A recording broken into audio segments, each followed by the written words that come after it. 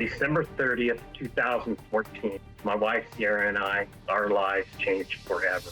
Now a truck, though, carrying salmon crashed into a power pole on Mackenzie Highway. I was driving a commercial 18-wheel tanker truck filled with salmon, and I went off the road. Oregon State Police say the drivers could be facing some charges. I smashed my head into the pavement, suffered injuries, broken arm, several fractured ribs, a blown out left socket orbital that completely pulverized. I had not been drinking. I went through the whole house looking for booze bottles, every cabinet, inside of his boots, in the toilet tank. Didn't find a bottle. A friend of mine said, you need to Google auto-brewery syndrome. I said, I think you might have the auto-brewery syndrome. We have a KBOW follow-up now. Oregon State Police say 45-year-old Ray Lewis has been charged with driving under the influence. The prosecution was arguing that it wasn't a real disease. The judge decided that there wasn't enough proof. The court did not allow me to use the auto-brewery syndrome evidence. Ray was convicted, and within minutes, our lives fell apart. It destroyed our professional careers. And it's actually been hell in my body. It's a weird thing.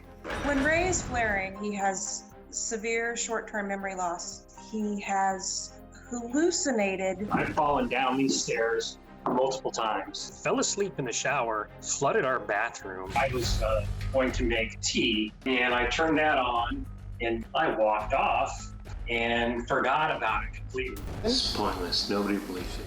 My life now is a 180 from what it was. It's been a nightmare. Your marriage vows are for better or for worse, and this is definitely worse. Sometimes I feel like she'd be better off if I wasn't in her life. My biggest fear is that Ray is going to die of this disease before we find a cure. Ray and his wife, Sierra, are here with us virtually. So thanks for joining us, Ray, Sierra. Thank you for having us. Yes, thanks. You've been listening to everything we've been talking about, and it, I'm sure, sounds tragically familiar. Almost a carbon copy, give or take a few details. Yeah, and how long has this been going on with you guys? Well, that accident, which you just featured, was December of 2014. That was a clue that something was going on. In 2015, we did a lot of research to figure it out and got diagnosed.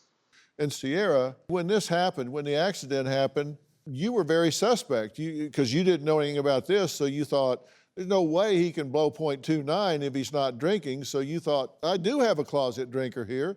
You started searching the house. Yeah, I looked at his boots. I checked the toilet tank, the linen closet.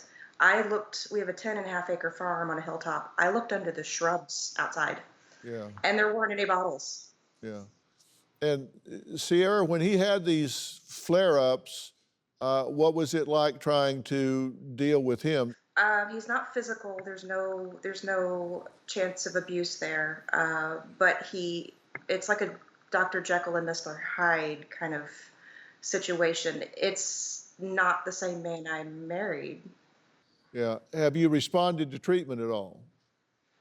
I have, actually, and I got the antifungal treatment. I didn't get it intravenously like Hal did. I took it pill form, but it was very strong, long dosage every day, just out of the ordinary, more than anything that had been prescribed before. And I had a good year up till this last October, also putting a lot of heavy probiotics on it to where I was relatively symptom-free. I certainly didn't have any recordable blood alcohol content.